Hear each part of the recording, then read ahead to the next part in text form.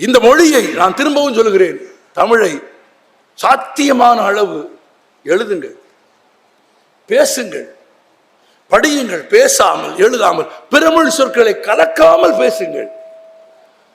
நான் இன்னொரு உதாரணம் சொல்கிறேன். வேறு எந்த நாட்டுக்கு வேண்டுமானாலும் போங்க, பிறமொழி சொற்களை கலந்து பேச மாட்டார்கள். அப்படி ஒன்று இருப்பதே அவர்களுக்கு தெரியாது. நான் ஒண்ணுல ஒருத்தர் பாதையை மறிச்சிட்டு நிற்கிறார், அவரை போ சொல்லணும். ஆங்கிலத்தில் என்ன சொல்வீங்க? மூவ். இது எப்படி சொல்லலாம்?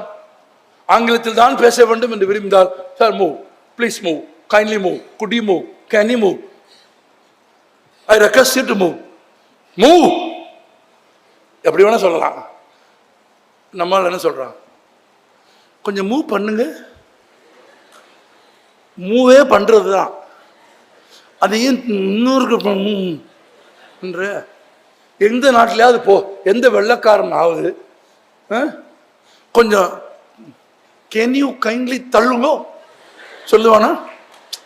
சொல்லுவானா? திங்கிற சோத்துல மண்ணெண்ணி போட்டி அவனாவது திம்பானா? திங்க மாட்டான். நம்மளால திங்கிறான். திங்கிற சோத்துல கொஞ்சம் மண்ணையும் அள்ளி போட்டுக்கிட்டு பேசும்போது தமிழோட வேற மொழிகளையும்.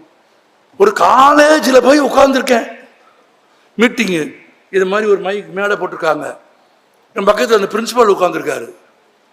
இந்த போடியம் இந்த நகத்தை சொன்னேன்னா அவர் அந்த பையனை கூப்பிட்டு சொல்றாரு, அதை கொஞ்சம் நடு சென்டருக்கு நகர்த்திரு அப்படின்னு. எனக்கு உடம்பெல்லாம் நடுங்கி போச்சு. நான் அப்புறம் அவராட்ட மெதுவாக சொன்னேன், சார் நடுனாலும் சென்டர் தான், சென்டர்னாலும் நடுதான், நடுவில் போடுன்னா போட போகிறேன். நீ ஏன் சார் இப்படி நடு சென்டரில் போடுன்னு சொல்கிறீங்க? அப்படி ஒன்று உலகத்தில் எங்கே சார் இருக்குது அப்படின்னா அவர் பழகி போச்சு அப்படின்னாரு. எனக்கு என்ன கவலை தெரியுமா? அவர் அப்படி பேசினார் கவலை இல்லை, அவர்கிட்ட இன்னும் 15 வருஷம் சர்வீஸ் இருக்குன்னு சொன்னார். இன்னும் எத்தனை பேர் அவர்கிட்ட படிக்க போகிறானோ அவ்வளோ பேருக்கு அவர் நடு சென்டர்னு தான் சொல்லி தருவாருன்னு நினச்சேன்னா நடுக்கமாயிருது.